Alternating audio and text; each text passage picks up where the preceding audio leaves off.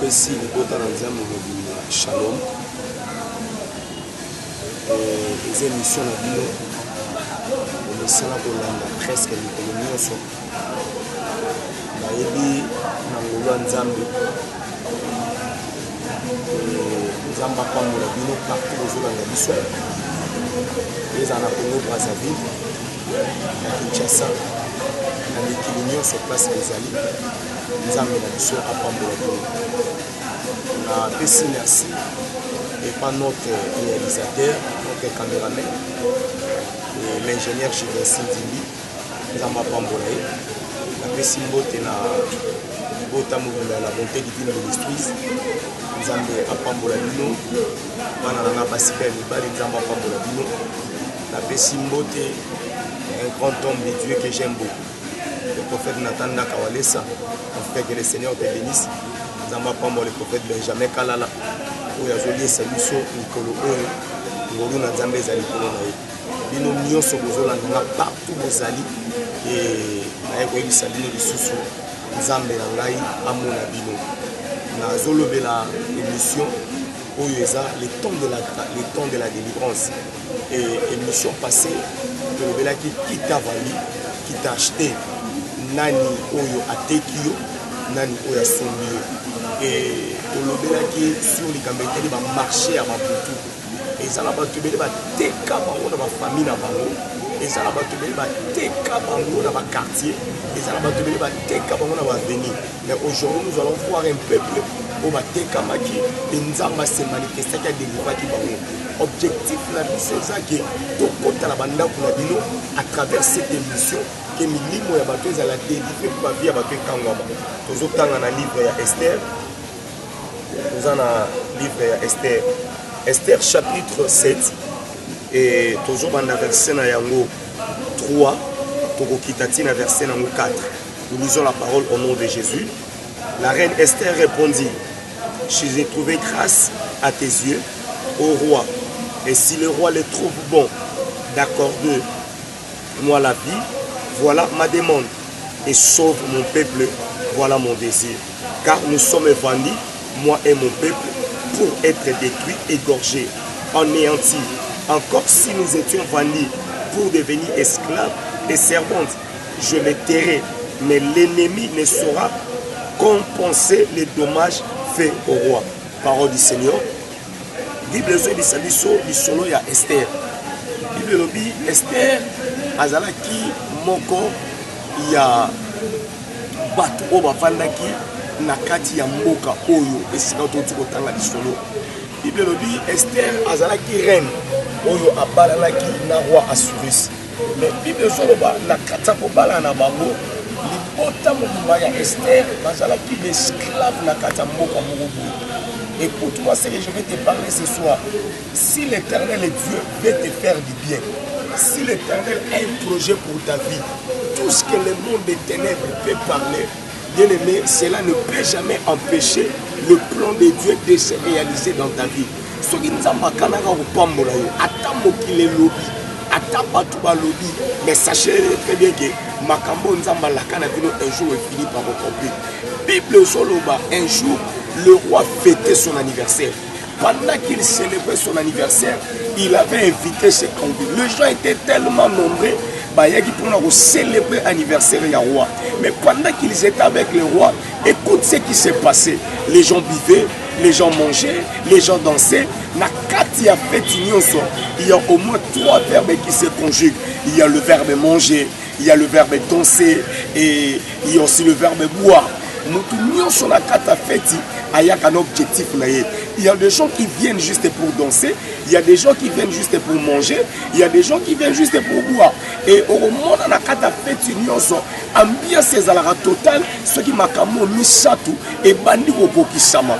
Pendant que le roi fêtait son anniversaire, les gens étaient là en train de danser, en train de manger, en train de boire parce que c'était l'anniversaire du roi. Mais écoute ce qui s'est passé.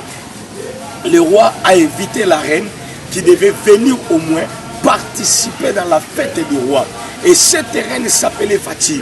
La Bible nous dit, pendant qu'on avait envoyé les gens pour aller chercher Fatih, elle refusa. Fatih refusa de répondre à l'appel du roi. Et Bible Zolba et Simba qui moutema ya roi en sorte que passe banego salé tellement makas et ba bengana qui reine, elle n'était plus la reine et elle était chassée même du palais royal.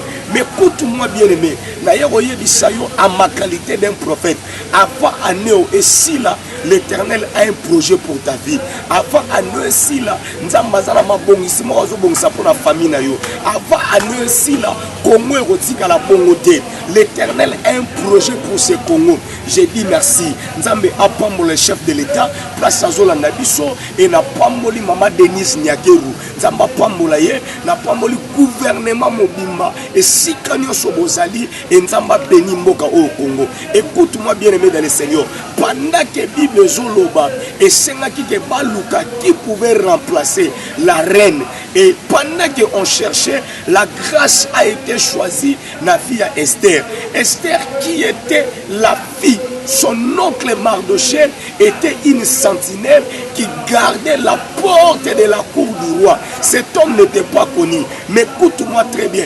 Malgré ma rang social na bango, malgré ma diplôme na bango, malgré ma titre na bango, mais bazaki ya repona maté. Na oyero bisolo moro. Nzambe soka linga selo bolam. Nzambe oteni contre sa famille noté. Nzambe soka linga selo bolam. Nzambe oteni contre libota noté. Tu peux sortir d'une famille pauvre et bien aimé. Tu peux sortir d'un quartier qui n'est pas connu. Tu peux sortir d'une avenue qui est tellement reculée. Mais si le Seigneur veut te faire du bien, la première des choses, le Seigneur ne tena jamais compte ya quartier oyobimeli. Na yebiso partout la nanga.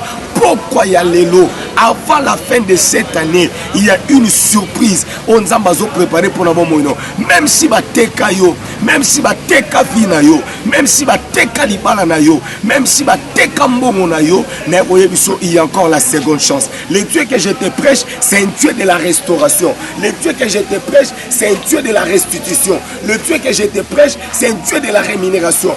Même si le monde t'a rejeté, même si les gens t'ont abandonné, mais le Seigneur a un projet qu'il est en train de préparer pour ta vie. J'ai dit à quelqu'un, tu es en train de me suivre, même si tu avais perdu l'espoir, même si tout le monde ne comptait plus de toi, mais il faut pour nous récupérer. Si tu as pourquoi l'élo, partout où la nangaï, na air nous sommes à la connecter l'émission où je vis le Seigneur ramasser quelqu'un. Nous toi bimana famille à babola, liboto eza konité, famille eza ta l'étiquette, famille eza ta na griffe, mais nzamba tombola un peu ses griffes. Pour te dire quoi, bien aimé, makambo nzamba lakayo un jour et qu'on finit par s'accomplir parce que c'est le temps de la délivrance. Même si famille n'a bino yebanate, bien aimé, à travers toi la délivrance entrera dans ta famille. À travers toi la délivrance entrera dans cette nation. À travers toi la délivrance entrera dans votre quartier. Mais voyez bisayo, le temps sonné que ta famille soit délivrée. Le temps sonné que ton pays soit délivré. Bato baloba ke Congo ko bongate. Mais voyez biso bien aimé, c'est très maga. Nzambazana makambazo kana sala. Écoute-moi très bien. Pendant que Esther azalaka choisi apona maka pour nous délivrer libota na ye o bazala ko kola ba étranger na kata mboka ba paya. Écoute-moi très bien. Bible Zoloba, à chaque fois Naman est entré, tout le monde s'est prosterné, mais Mardochée ne le faisait pas. Pourquoi? Parce qu'il connaissait très bien les dieux d'Israël. Tout le monde pouvait se prosterner. Mais lorsque Mardochée le voyait, il ne se prosternait jamais devant Aman. Parce qu'il savait la puissance de Dieu qu'il servait. Même si tes amis avec qui au Tangana Bango, même si tes relations avec qui au Yebana Bango, ils ont pris de l'envol, comme dans le niveau l'écolo. Mais bien aimé, le Seigneur t'amènera au sommet. Pendant que qui les ont limité, que yo poko obonga, pendant que tu vas limité, que yo poko sala combo, mais oye biso que tu feras un nom, oye ko kamisa bato belé, mais oye bisa mutu moko partout sur la nanga ko désespérité, partout sur yo kanga ko bongi se likate parce que le temps de la délivrance est là. cette année même et que si la terre et ça ne l'ormone zambazo ça la ponayo so bien amène place aux olananga je déclare que la gloire de l'Éternel et ça la partage à vinayo naeko ebisayo pendant que Esther a comme qui reine on avait vendu son peuple. Écoute ce qu'Esther dit au roi, il dit moi et mon peuple nous étions vendus pour être anéantis, moi et mon peuple nous étions vendus pour devenir esclaves. C'est pour cela que je te pose la question ce soir, qui t'a vendu et qui t'a acheté? Et on a battu le teka bango bien aimé atanga ba classe mazora musalate. Pourquoi ba teka yango teka musala et ça n'a battu belé. Vous entrez dans une famille, vous allez trouver il y a de jolies filles qui ne se marient jamais. Pourquoi? Parce que le mariage a été déjà vendu. Et ça n'a battu belé. On retrouve bango bien aimé. Na famille na bango ba koufe la rakaka. Na famille na bango ba tuba la rakaka. Il y a des maladies que nous appelons les maladies incurables. Il y a batuba bikakate. Il y a des maladies héréditaires. Bazwango utabo koko na bango. Mais je déclare que mon Dieu te délivre. Partout tu es en train de me suivre, laisse que la délivrance de l'Éternel écoute ta famille.